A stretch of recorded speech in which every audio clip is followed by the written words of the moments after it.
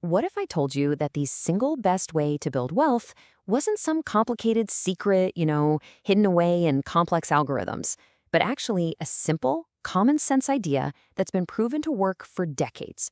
Well, today we're going to cut through all the noise and uncover that exact strategy. So let's start off with a pretty fundamental question. Do you think successful investing is more like physics with all its rigid formulas and unbreakable laws? Or is it more like psychology, something driven by human emotion, our behavior, and, our predictable mistakes? Getting the answer to that right is the key to everything we're about to talk about. Welcome to another video on investment basics. Now, for this deep dive, we're going to be guided by the work of Mr. Majid Butt. His background is really unique. He's an accountant, a software programmer, and an investment researcher. That combination gives us a really powerful lens to see why that human element, that psychology, is so critical to succeeding in the market. All right, let's dive into the first part, which is the foundation for this whole strategy, a common sense approach. Because as you're about to see, the best strategies aren't always the most complicated ones. So let's circle back to that opening question. The truth is, investing is not like physics. Not at all. There aren't any unbreakable laws. The market is this living, breathing thing, always changing with new ideas and new tech. And while it's driven by economics, it's really driven by the psychology of everyday people. So any sound investment approach just has to be grounded in that reality. And this brings us right to the core idea, and it's so logical, it's almost beautiful. If a company can raise its dividend payment to you year after year after year, that's an incredibly powerful signal. It pretty much has to mean the business is healthy and making more money. And since you're a shareholder, a part owner, their success becomes your success. It's that simple. Okay, so now let's build the first layer of our case. This whole strategy fits under a really well-researched style of investing that has a proven long-term edge, and that is the value stock advantage. So in the market, you can basically group companies into two main camps. On one side, you've got your glamour stocks. These are the exciting, high-flying companies that are all over the news. And investors, well, they tend to project these wild, super optimistic growth stories onto them. Then, on the other side, you've got value stocks. These are often solid, steady companies, but maybe a little boring. The market kind of overlooks some, and investors have really low expectations. And right there, in that gap between expectations, that's where the opportunity is.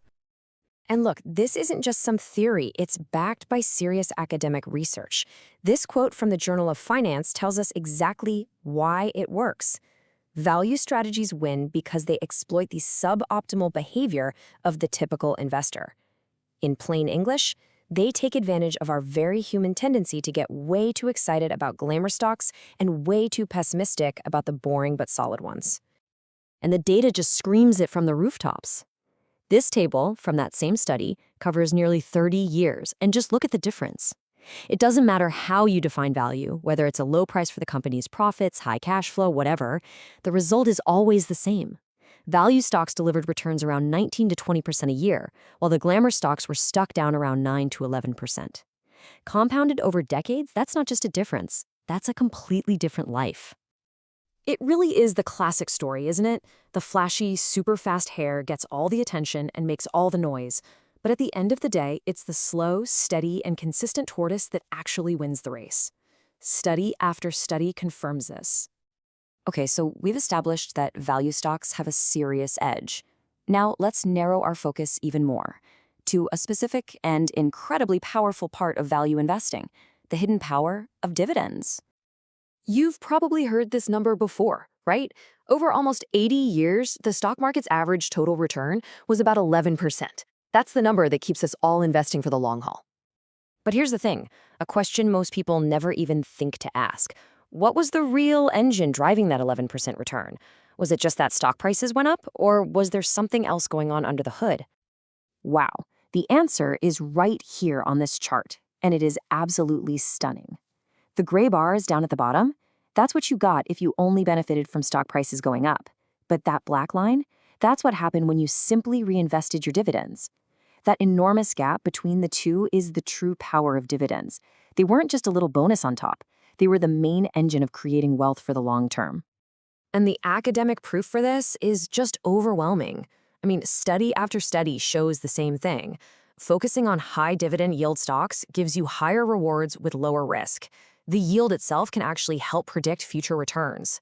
And my favorite stat of all, high-yield stocks beat the market an incredible 91% of the time over rolling 10-year periods. In investing, that's about as close to a sure thing as you'll ever get. So we have value stocks, and within that, we've zeroed in on high-dividend stocks. Now it's time to add the final piece of the puzzle, this secret ingredient that acts like a powerful accelerator: dividend growth. I mean, think about it from a CEO's perspective. Raising a dividend, that's a huge public commitment. The last thing any CEO wants is to be the one who has to cut it later. So when they announce an increase, they're not just giving you a little more cash. They are sending a crystal clear signal to the entire world that their business is strong and that they are extremely confident about the future. Okay, this is where it all clicks together visually. On the left, we've got stocks sorted just by their dividend yield. The up and down axis is return, so higher is better. The side-to-side axis is risk, so further left is better, meaning less risk. You can already see the highest yielding stocks in that top left corner give you more reward for less risk. But now, look at the chart on the right. This is what happens when you add one more rule. Those companies also have to be growing their dividends. It's like a turbocharger kicks in. The returns jump way higher while the risk stays low. It pushes that best group even further into that perfect top left spot. Maximum reward for minimum risk. The big takeaway here is that this combination really is the best of both worlds. As the study confirms, focusing on companies that are improving their dividend yield actually reduces volatility, which is just the fancy finance term for risk or how bumpy the ride is. So you get the higher returns you want, but with fewer of those stomach-churning drops along the way. It's a truly amazing combination. Okay, so all of the academic studies and all the back tests are great, but the ultimate question is always the same. Does this actually work in the real world with real money on the line? Let's take a look. And here it is. This chart shows the actual performance of a real-world portfolio called income equity that was built on these exact principles. You can see its growth compared to the S&P 500. Through bubbles and crashes, it just steadily and quietly did its thing and significantly outperformed the overall market. The proof, as they say, is in the pudding. And to really understand the long-term power, get this, someone who invested in this strategy back when it started in 1997 was by 2004 getting a 10% cash return every single year based on their original investment. And that's just from the dividend income, not even counting the stock's growth. That's the incredible power of compounding dividend growth in the real world. So let's just quickly recap the pyramid of evidence we've built together. We started with a really simple common sense idea. Then we layered on the proven advantage of value stocks. We magnified those returns by focusing on a high dividend yield.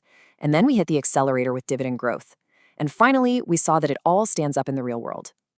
You see, one of the most effective ways to build wealth isn't about chasing the hottest new thing or using some crazy complex algorithm. The secret isn't complexity, it's consistency. It's about finding great companies and just letting them do what they do best and sharing in their success along the way. So the question I'll leave you with is, how will you approach building your wealth now? I really hope this detailed video has been valuable for you. If you're ready to go even deeper, you can subscribe to the membership and get access to exclusive videos with in-depth investment analysis that aren't available to the general public. Thanks so much for joining me.